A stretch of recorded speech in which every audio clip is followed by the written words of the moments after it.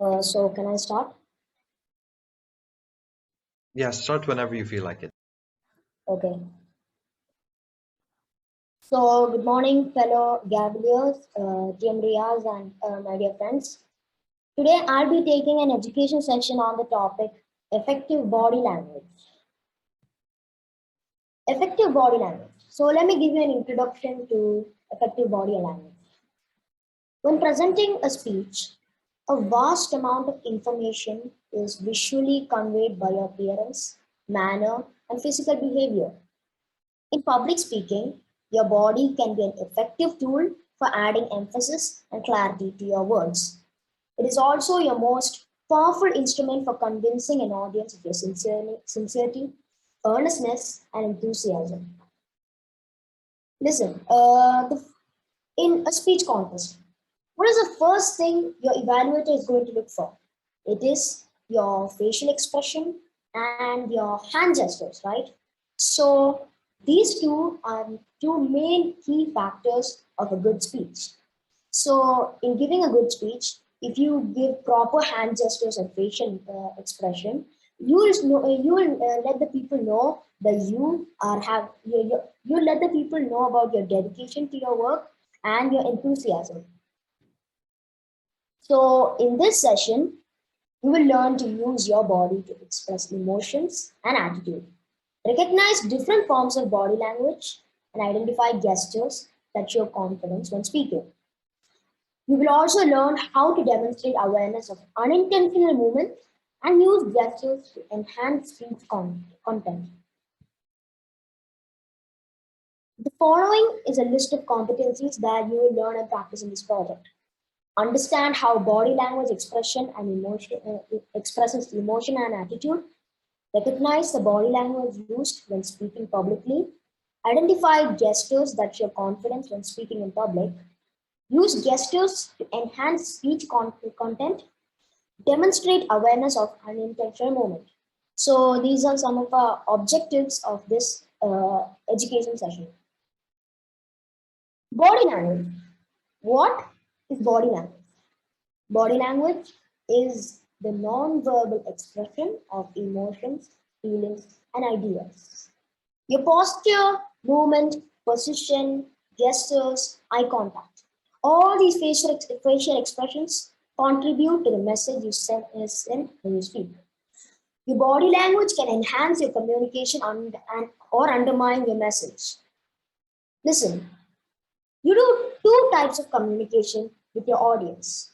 One is where you speak with your mouth and you make them understand through words. But is that all that's needed? No. Our body is also supposed to speak so that it adds value and emphasis on whatever we say. To make the audience more interested, we use body language and hand gestures. We want to make we want to make it clear to them about how we feel in that particular situation.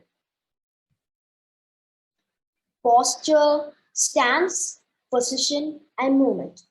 These are four of the root needs of body language. While in constant motion, such as swaying or pacing, is a distraction that can detract you from your message. And know your audience. There can also be types of intentional movements that can be meaningful and supporting your presentation. Taking a step forward helps emphasize the point. Yes, actually, this is something I use in some of my speeches also. Let me give you an example. So, I'm walking in a forest and something leapt out to me. So, when I say something leapt out to me, I freeze for 1 second and take a step forward. Moving a few steps back creates a distance that may help your audience process information. Making a lateral movement can help emphasize a transition in your speech. Standing in front of the audience or the lectern makes you appear more open to the audience. Now, this is in offline speeches that you stand in front of the lectern, but here there is no lectern, no nothing.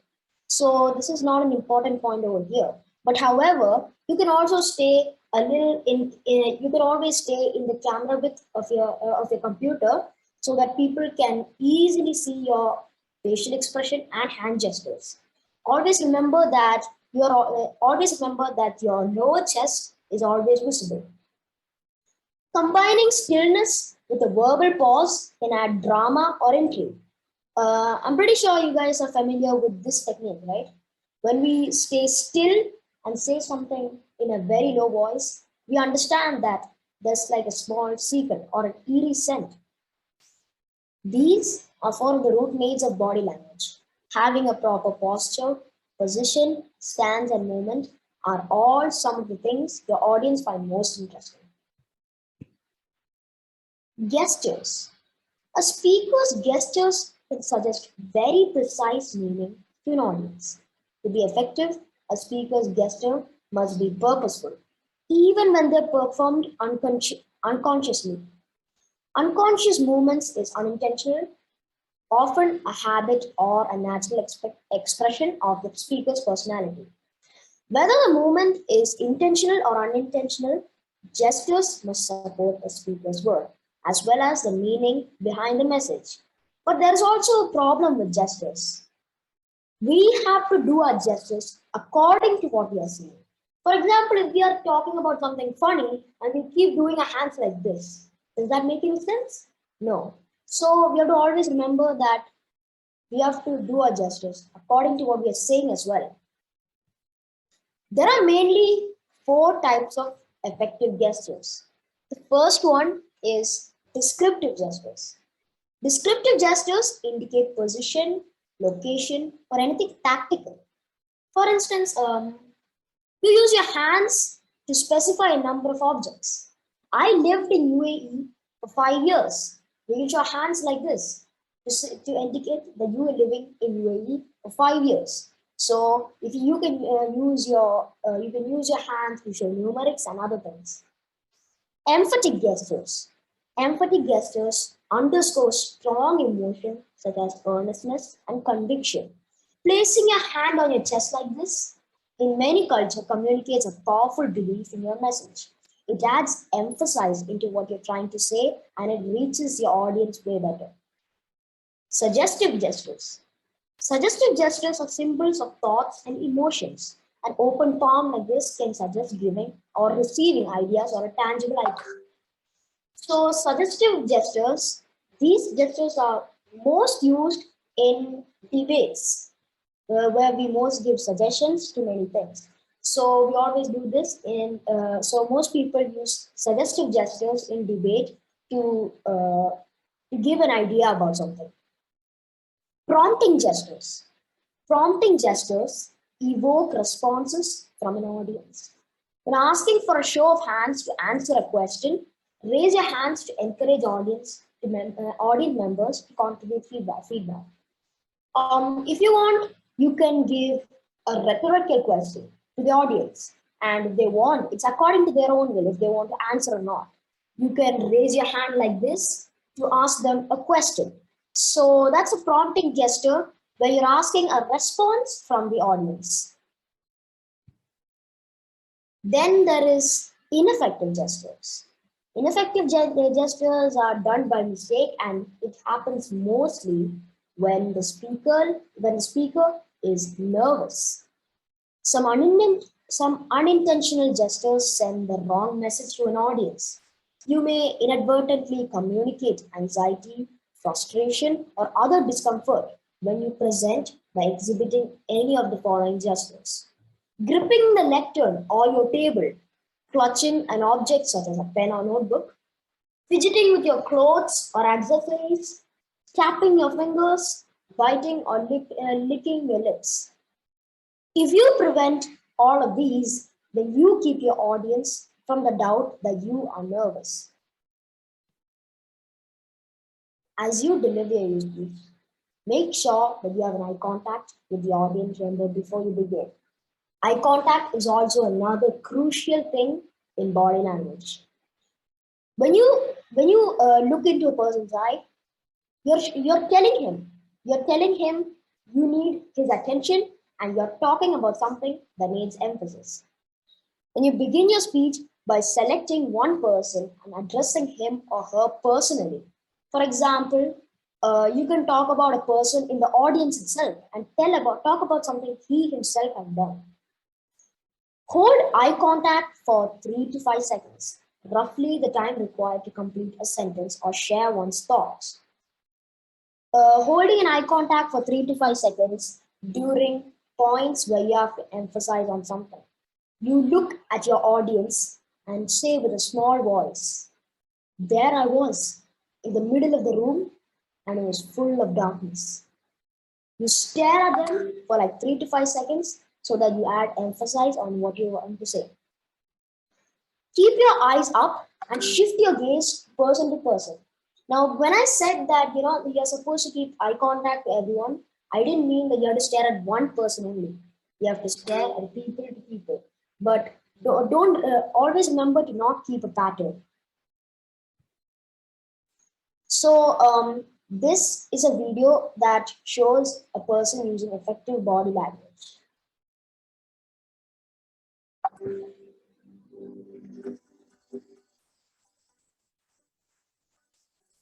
Hello, and welcome to my Toastmasters Club, the superlative speakers.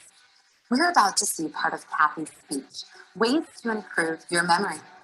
Kathy spoke with her mentor about ways she can convey sincerity, enthusiasm, and confidence when speaking. Body language can demonstrate all of these traits to an audience and is important for any speech. Now, let's watch Kathy's speech and see how her body language affects her presentation. Kathy is completing her level 1 project, research and present a topic, with her speech, Ways to Improve Your Memory.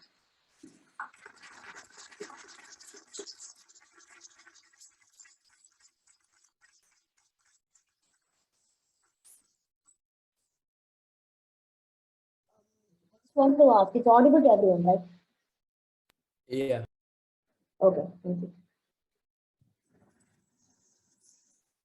Have you ever been in a conversation with someone and realized you don't remember his name? When a friend joins the conversation, you like to introduce them to each other, but you can't. You can avoid this awkward situation by learning ways to improve your memory. There are many ways to remember names and other information. You can associate a name with an image. For example, if you make a new acquaintance named Dawn, you can imagine the sun rising behind his back. When you first meet someone, incorporate the person's name into your greeting so that you say it aloud. It's a pleasure to meet you, Hassan. That way you can confirm the name and the pronunciation.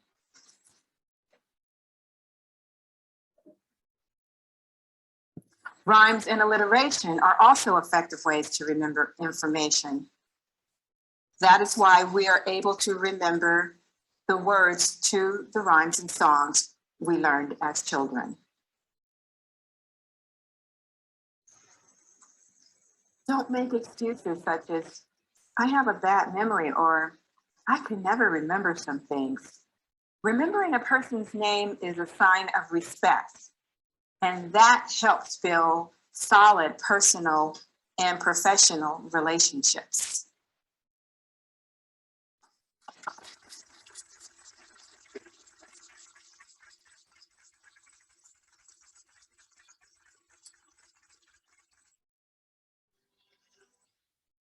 Okay, can anyone tell me what you noticed, or what are the flaws you noticed in her speech? Anyone can come forward, please. I noticed that she kept eye contact. Okay. Eye contact, and she was clutching that desk, and she sometimes kept fiddling with her clothes. Yes. So I've mentioned all this before, right? I've mentioned that these are some actions that we do when we're nervous. So you all observed that speaker, and she was frequently fiddling with her clothes. She was clutching the lectern. She was frequently touching her hair. So these are all signs that make your audience think that you're nervous. Now, I want to show you an improved way of her gestures.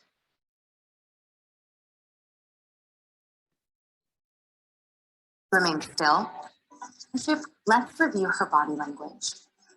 Kathy didn't demonstrate awareness of her unintentional movements and body language.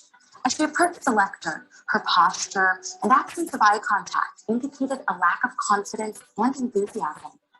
Kathy limited her movement to standing behind the lectern. She remained still or shifted her weight from side to side.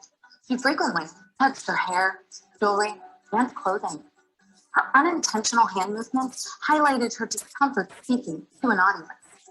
Kathy's body language didn't enhance her speech or engage the audience. Her nervous mannerisms detracted from the overall quality of her presentation. Let's watch Kathy deliver parts of her presentation again, this time using effective body language. Please welcome Kathy. Kathy is completing her level 1 project, research and present a topic. With her speech, ways to improve your memory.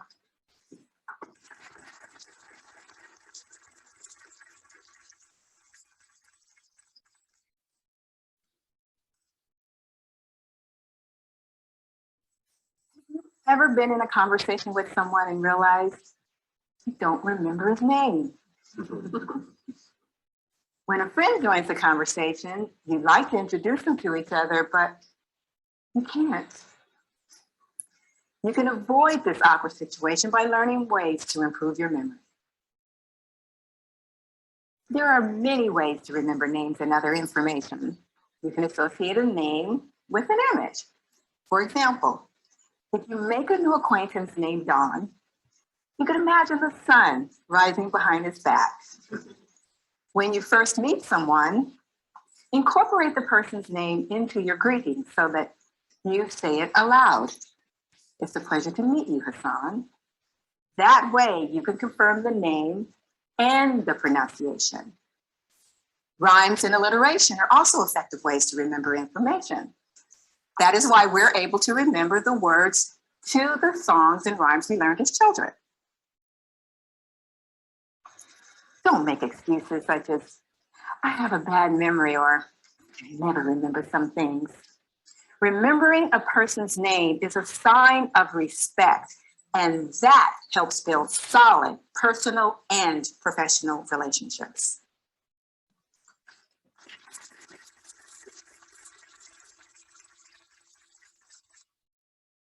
So now you guys have noticed some changes. So tell me some changes you noticed in her speech. She had body language and different tones of voice depending on what she was saying. Yes, that's correct. Then what are techniques did she use to express her views? I think I heard someone speak.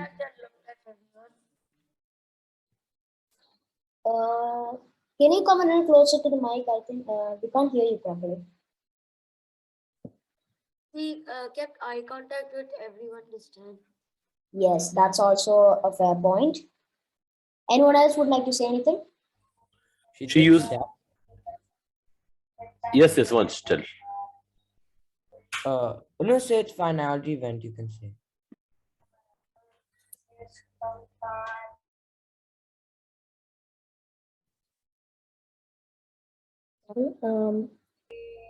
She used almost all the techniques discussed by GAVEL for the descriptive and suggestive and even prompting too, right?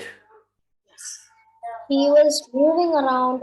She was moving around a little bit, but she wasn't moving so much that it distracted the audience.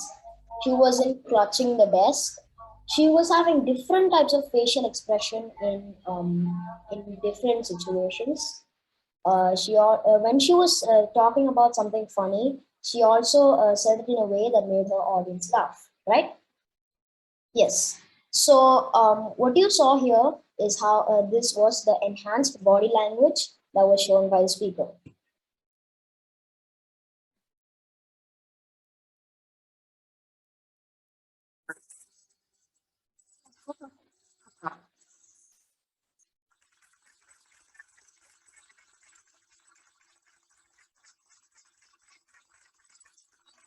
Thank you, Kathy.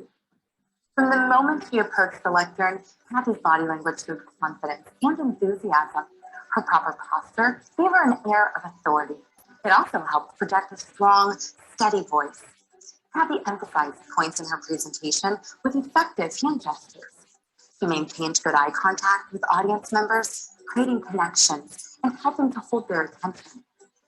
Kathy's body language was purposeful and in alignment with her speech, adding clarity and sincerity to her words. Practice and incorporate the following behaviors as you are physically able. Good posture. Head high, back straight, shoulders back, stomach in. Moving around the speaking area. Back, laterally, in front of, or to the side of the lectern. Use natural, authentic gestures to describe or emphasize. Engage your audience with symbolic or prompting gestures. Make eye contact as appropriate in your culture. Facial expressions demonstrate universal feelings, such as surprise, happiness, or sadness. Be aware of unintentional movement, such as fidgeting or pacing. Incorporate body language that is purposeful and aligned with your speech. This concludes our speeches that demonstrate effective and ineffective body language. Thank you for visiting the Superlative Speakers. Remember that your posture, gestures, facial expressions, and eye contact are tools that greatly add to the power of your presentation.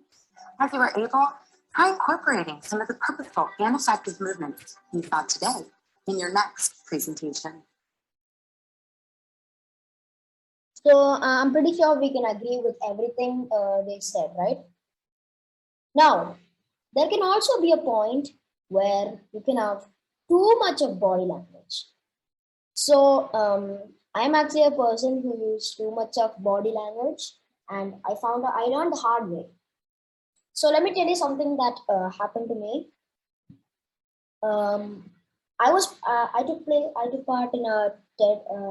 I took part in a TED Talk competition, and in most places, I used to give a lot of hand gestures. I used to move around a lot. People eventually thought I was hyperactive. So in this TED Talk competition, for the trial speech, I gave my speech, but I did a lot of gestures, a lot of facial expressions, and I moved around too much. And the teacher who was my evaluator, she said that I was too hyperactive, I was too distracted for my audience, and as a result of that, I had to give my speech sitting. So you should also know that too much of body language can also be a problem as it distracts your audience. A speaker who moves frantically around the stage is likely to catch audience members' attention, but not necessarily in a positive way. Yes, so this is what I was talking about. It distracts the audience. Audience members may be trying to figure out what the speaker is doing rather than listening to his message. Intentional and purposeful movement and gestures support and enhance your presentation. Being conscious and aware of each moment will help you avoid agitated and unfocused gestures that can distract from your speech.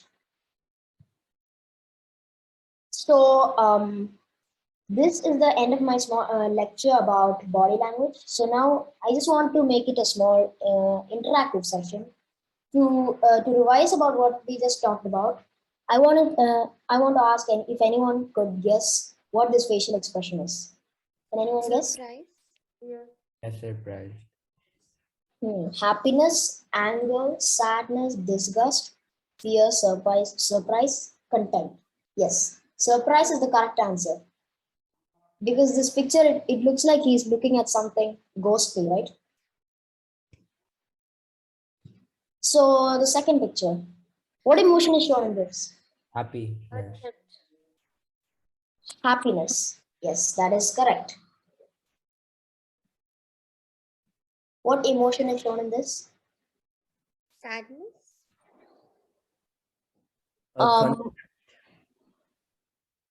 I heard someone said something, right? Yeah, Is it content. sadness? Contempt. It's not sadness actually. This one is a bit tricky. It's actually contempt. This one. This is a very simple one. Sadness. Angry. Yes, that is correct. It's anger.